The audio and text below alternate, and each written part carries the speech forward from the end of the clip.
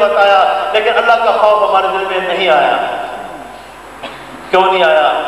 وہ اشفاق صاحب کہتے ہیں، بڑی خصوصی بات کہتے ہیں کہ ہم بڑے خوش قسمت ہیں، بڑے خوش نصیب ہیں کہ ہم اللہ کو ایک مانتے ہیں۔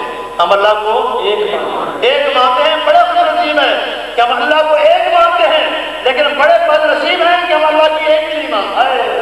ایک نہیں مانتے، اس کو ایک ضرور مانتے ہیں لیکن اس کی ایک بھی نہیں مانتے۔ خدا کے واسطے اب قبر قریب ہے، یہ داڑیاں مڑا کے اللہ کے رسول کو کیا جواب دیں گے؟ تم میں اور انگریزوں میں کیا فرق رہ گیا؟ تم میں اور یہودیوں میں کیا فرق رہ گیا؟ تم میں اور غیر مسلمانوں میں کیا فرق رہ گیا؟ جو بد کے ہیں وہ یہ بنا رہے ہیں، نہ نماز وہ پڑھتے ہیں نہ ہم پڑھتے ہیں، چہرے ان کی بھی صاف ہے، چہرے ہمارے بھی صاف۔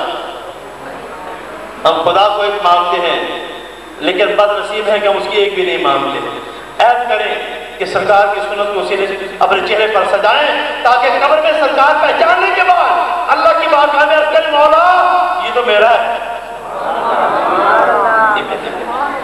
میں ذکر رہا ہوں، اشفاق صاحب کہتے ہیں کہ میں اس ڈیرے پر چلا گیا، بابے سے پوچھا بابا جی مسلمان اور مومن میں کیا فرق ہے؟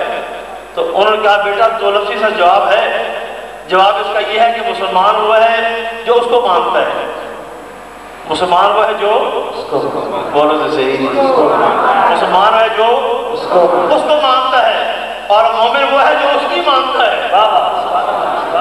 اگر تو ہم اس کو مان لیا ہے پھر اس کی ماننی بھی چاہیے، اگر اس کی نہیں مانتے اس کا مطلب اسے مانا نہیں ہے۔ لہذا آج کے بعد میں پڑھ رہا تھا بیلوت رانا رحمۃ اللہ علیہ کے بارے میں کہ آپ بغداد کے بازار میں بیٹھے ہیں، ہارون رشید کو گزر ہوا اور پوچھا کہ بابا جی کیا کر رہے ہو؟ تو بابا بیلوت رانا رحمۃ اللہ علیہ فرماتے ہیں کہ بادشاہ سلامت میں آج بندوں کی اللہ سے صلح کروا رہا ہوں، بندوں کی اللہ سے صلح کروا رہا ہوں۔ پھر بادشاہ پوچھتے کوئی پراگرس ہوئی، کوئی نتیجہ نکلا، تو فائدہ ہوا؟ تو بیرون کہتے ہیں کہ اللہ تو مان رہا ہے بندہ نہیں مان رہا ہے، اللہ مان رہا ہے بندہ نہیں مان رہا۔ تو پھر کچھ چند مہینوں کے بعد دیکھا کہ بیلوت رانا قبرستان میں بیٹھے ہیں، بادشاہ کا پھر گزر ہوا، بابا جی آج کیا ہو رہا ہے؟ کہا آج میں اللہ کی بندوں سے صلح کروا رہا ہوں۔ کوئی نتیجہ؟ کہا آج بندہ تو مان رہا ہے اللہ نہیں مان رہا، بندہ تو مان رہا ہے اللہ نہیں مان رہا۔ ڈرو اس وقت سے جب اللہ تم پر ناراض ہو جائے اور اپنا عذاب آسمان سے زمین پر ڈال دے، کبھی زلزلے کی صورت میں، کبھی آندھی کی صورت میں، کبھی طوفان کی صورت میں، کبھی سونامی کی صورت میں۔ بچو اس کے ڈر سے، بچو اس کے خوف سے، اور بچو اس کے عذاب سے، کہیں اس کے عذاب میں ہم سب گرفتار نہ ہو جائیں۔ یہ رسول کریم علیہ السلام اللہ نے آپ کو عظیم تحفہ عطا فرمایا ہے۔ ہم سرکار کے کرم سے آپ کے سامنے ہیں، آپ سرکار کے کرم سے ہمارے سامنے ہیں۔ آپ کے چہرے، آپ کے وجود، آپ کے سینے کی دھڑکن، آپ کی زبانوں کا چلنا، آپ کی آنکھوں کی بینائی، آپ کے کانوں کی سماعت، آپ کے وجود کی ہر حرکت، یہ صدقہ ہے میرے مصطفیٰ کریم علیہ السلام کا۔ اگر حضور کی ذات نہ ہوتے تو شاید ہمیں یہ نعمت نصیب نہ ہوتی۔ میرے آقا حضور کی نعمت یہ رحمت ہے کہ سرکار نے ہمیں اپنے غلاموں میں قبول کر لیا ہے۔ میں حضور ایک دن مدینہ شریف میں غار سجدہ کے پاس تھا اور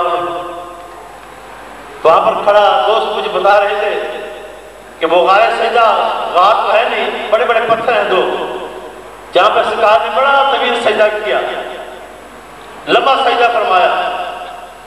تو صحابہ کو گمان ہوا کہ شاید آقا حضور کی روح کریم اس دنیا سے پرواز کر گئی ہے، لیکن بہت دیر کے بعد آقا حضور نے سر سجدے سے اٹھایا، آنکھوں میں آنسو ہیں، آنکھیں تر ہیں۔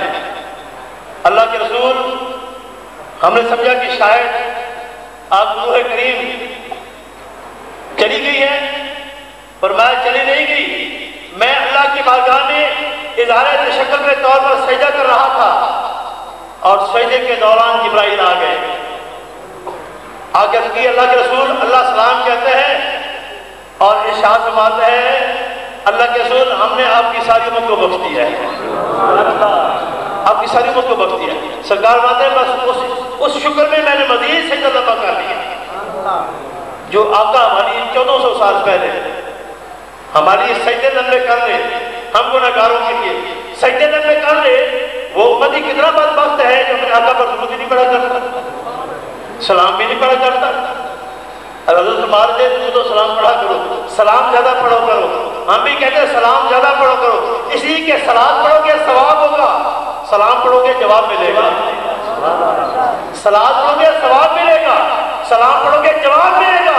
اور کتنا وہ خوش نصیب مسلمان ہے جو سلام یہاں سے پڑھتے ہیں، سرکار محمد خضران میں لیٹے اس کے سلام کا جواب ملے گا۔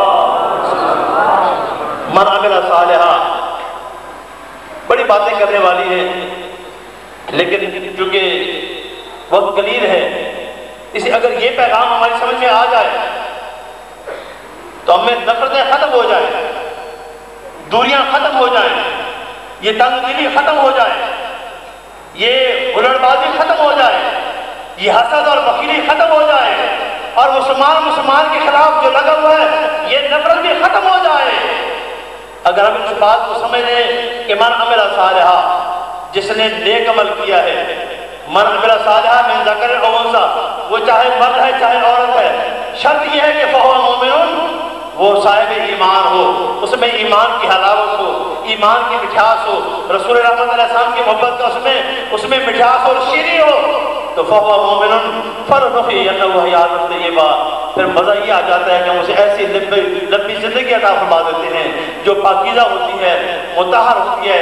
میں لاہور کی سرزمین پر چلا گیا، میں نے دیکھا کہ دریائے راوی اس بات کی روایت کرتا ہے، اس کے ایک طرف اس طرف بھی ایک بادشاہ ہے، اس طرف بھی ایک بادشاہ ہے، اس کے اس طرف جو بادشاہ لیٹا ہے اس کی ایک بیوی ہے، اس کی قبر پر ایک کتبہ لکھا ہوا ہے، اور اس کتبے پر لکھا ہوا ہے بر مزار ما قریبا، نئے چراغ نئے گلے، نئے بڑے پروانہ سوزد، نئے بہاروں بلبلے۔